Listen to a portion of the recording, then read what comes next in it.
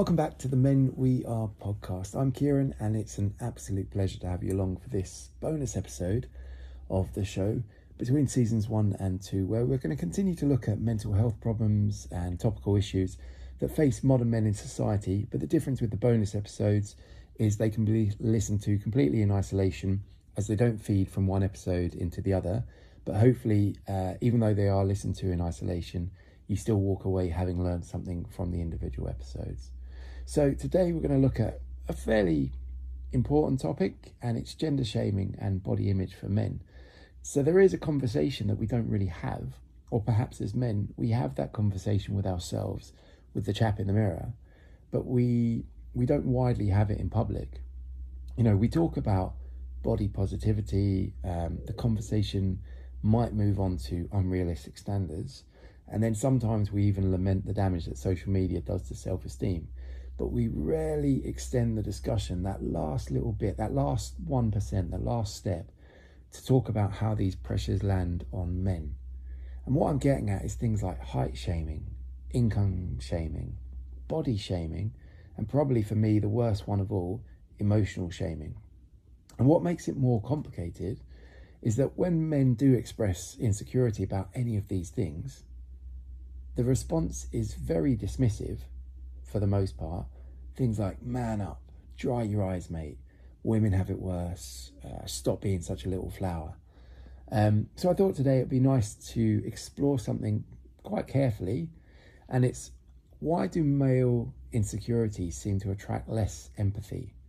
And remember, the whole thing here is the men we are products of experience and upbringing. So what does this issue of a lack of empathy for how we negotiate sometimes quite hard-hitting issues, what does that do to the men that we become?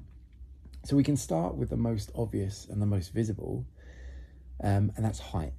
And height is one of the only physical traits that gets openly mocked in mainstream culture, and there's very, very little pushback. So if you scroll through social media, it won't be long before you start seeing things like must be 6 foot and over, if he's under 5'10", don't bother. And then you see all the jokes about short kings that aren't really jokes. And there are dating app studies that show a strong preference for taller men. And while preferences are natural, of course, the public commentary around them often converts itself towards ridicule. So we have to be careful though, because the brain wants what it wants. And evolutionary psychology suggests that women have historically associated height with protection. And researchers like David Buss have written about mate preferences, and it's linked to this perceived security we have from dominant traits, and being tall and big suggests dominance. So this is one of our most basic human needs, that we want to be protected. But even though there's no saber-toothed tigers walking around the neighbourhood anymore, at the most basic level, we can't get away from the fact that we still feel like bigger is better. And I'm not being rude by saying bigger is better, so get your mind out of the gutter. But the issue is, when a trait is completely biologically fixed, but it gets socially ranked, shame is going to become corrosive.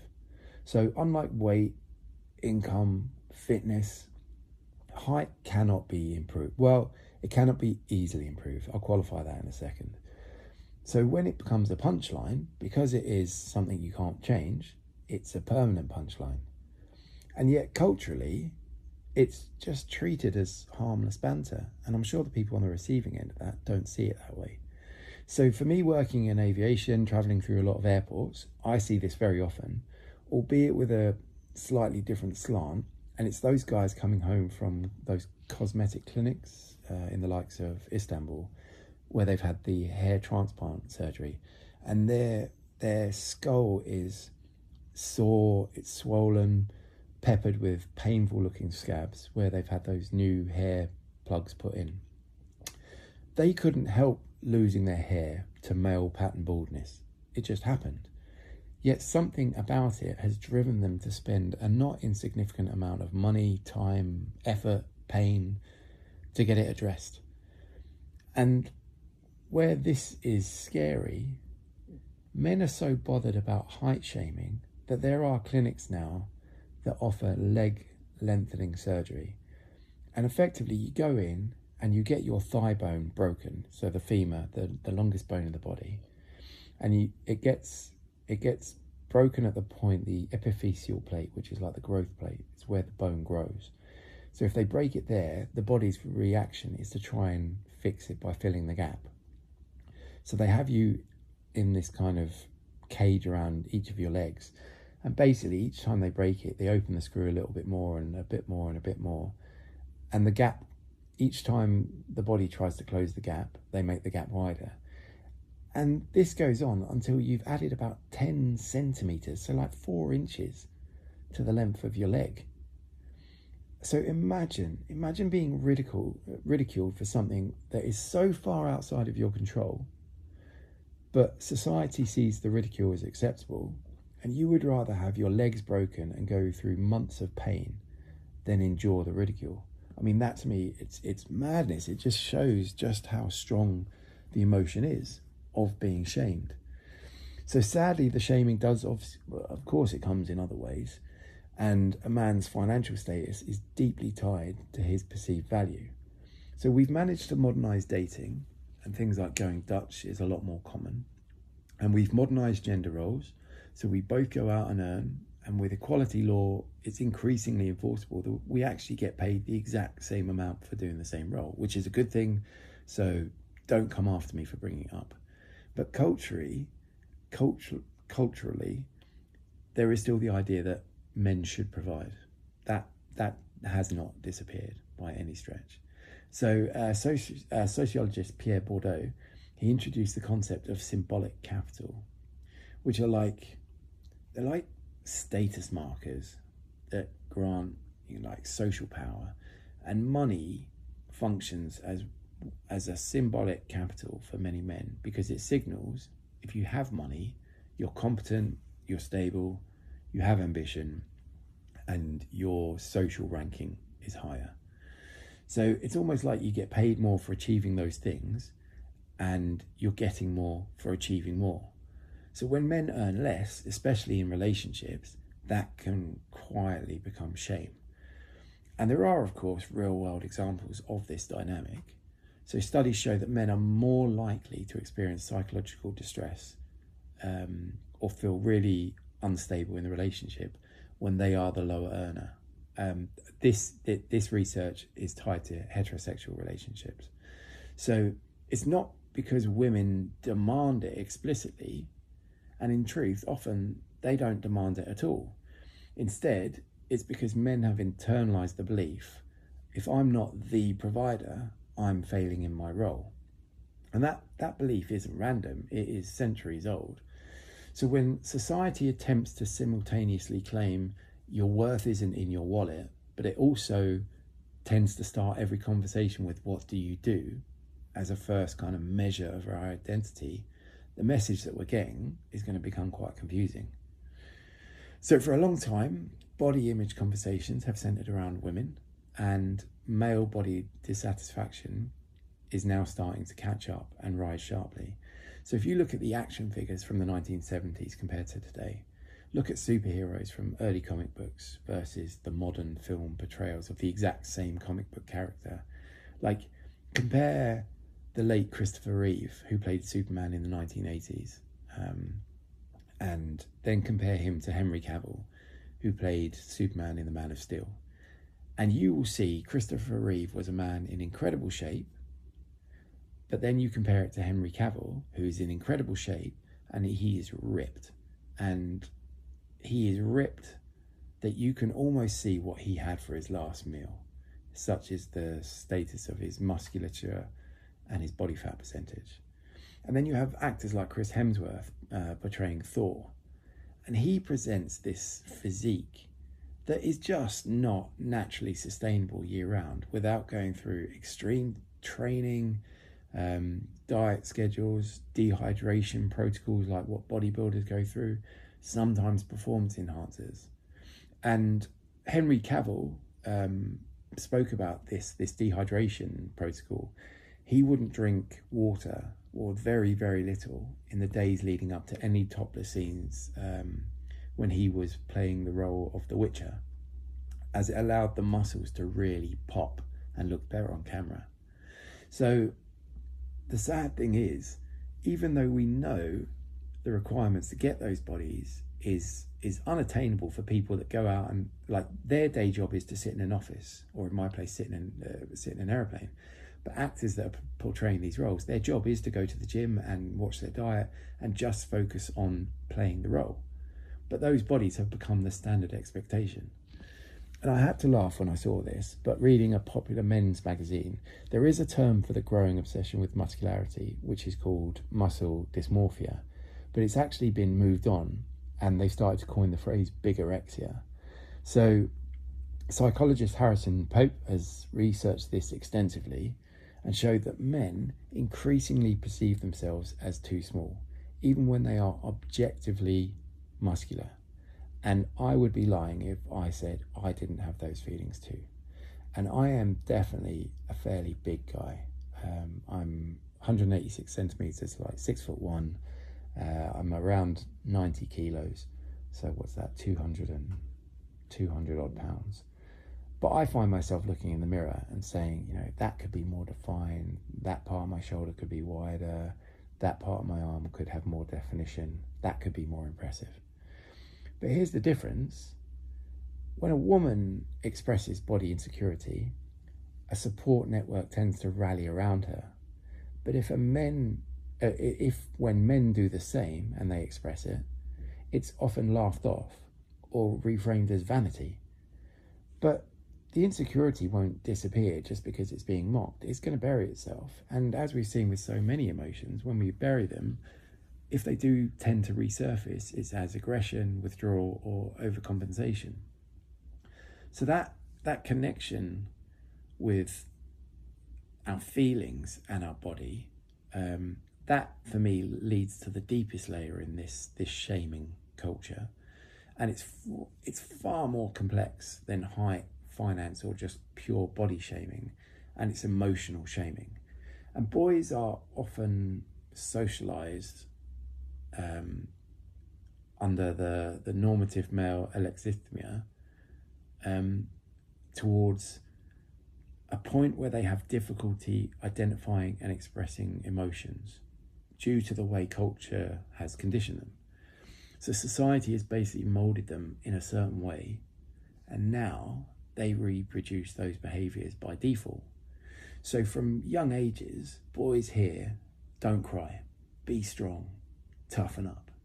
And do girls ever hear that? I cannot honestly remember a time when I've heard someone say to a young girl that's maybe just fallen over in the playground or something, come on, big girls don't cry, be tough. So for boys, over time, emotional suppression will become tantamount to competence. But this has produced one of the most frustrating paradoxes, which when you think about it, is almost laughable that it could possibly exist at all. Because as adults, as men, we get criticised for not being emotionally available. But the same system that rewarded emotional restraint when we were boys penalises us when we become distant as men. I find that madness, that's the way things go. So when a man does take that leap and opens up, he goes against the grain, walks the path less trodden, he goes into the unknown a little bit and, opens up. He's met often with discomfort or dismissal, or even worse, it can be weaponized. The vulnerability gets weaponized later in conflict. So what he learns from that is the risk of opening up isn't worth it. So another sociologist, Irving Goffman, he wrote about the presentation of self, which in this context for many men means the socially safest mask is competence without being fragile. But, masks get heavy, and carrying them alone contributes to why men account for a disproportionately high suicide rate in many countries. So I only know the numbers for the UK, and for me, it's just such a horrible figure to hear. But the biggest killer of men under the age of 55 in the UK is not cancer or heart disease, but it's suicide. And I would gamble, actually, if if it were the case in America that they didn't have such high gun crime, and there'd be murder from weapons, the picture would be a bit more similar too in terms of proportionality. So in terms of that, being that man up thing, and having emotions shut down, I remember a moment when I was about 15 years old where I got told to man up, and it wasn't by a bully or my friends, but by a teacher. So in schoolboy rugby in the UK, the school's first team is made up of 17 and 18-year-olds. But sometimes a few of the fifth years will break into the team. But being a fifth year, although you're only a year younger, in that year so much growth happens that the sixth formers might as well be 5 years older. They've really turned into men and you're still on the cusp of being a teenager. And in a game, I got tackled in such a way that I ended up kind of rolling over the top of my head.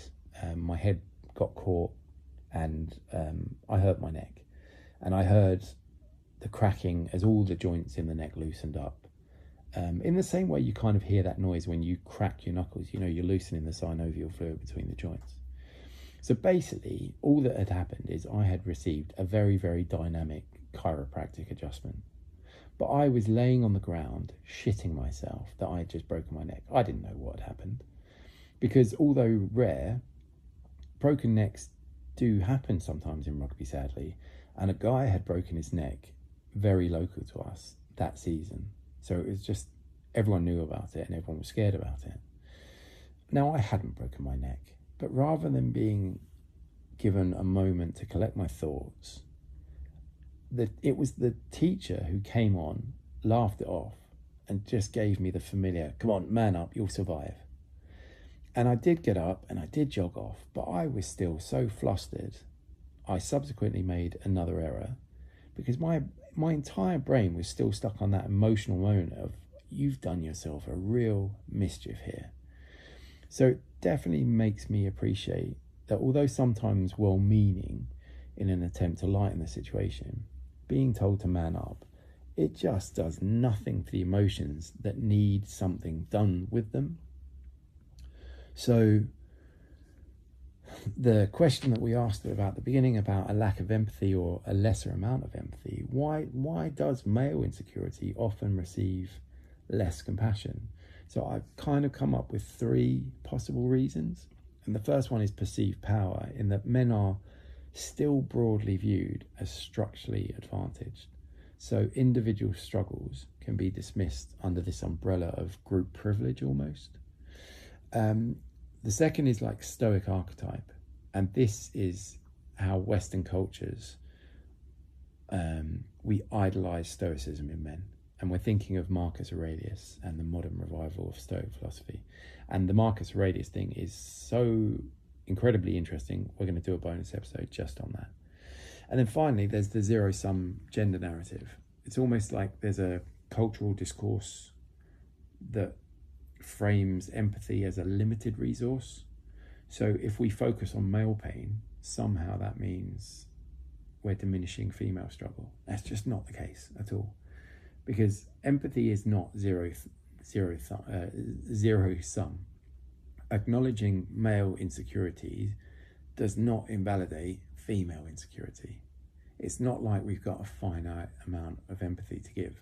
The two things can be true at once. So at its core, men have insecurities about our height, money, our bodies, certainly about our emotions. And pretending that men don't, it doesn't make them disappear. It just means that men are going to be quieter. And the goal isn't to compete in suffering. I hate it when you say, oh, I slept terribly last night. I got 6 hours, and someone comes in, oh yeah, I only slept for 5. It's like, oh, thanks for making a competition when I didn't realize we were in one. So what we want to do is build a culture where boys grow up knowing that their worth isn't in how tall they are or how much money's in the bank or if they can stay quiet, is that going to make them more masculine? Because the men we're becoming are shaped by, the shame we carry or the compassion we receive. And the two offer very, very different directions and possibilities. So maybe the real strength isn't in denying insecurity, but it's actually in naming it. and certainly in refusing to weaponize it, either in ourselves or in others. So thanks for joining another bonus episode. Hopefully some thoughts have started to rattle around for you, because obviously the aim of these is always to inspire consideration going forward. So I look forward to having you along for the next episode, and until then, as ever, I wish you all the best of luck.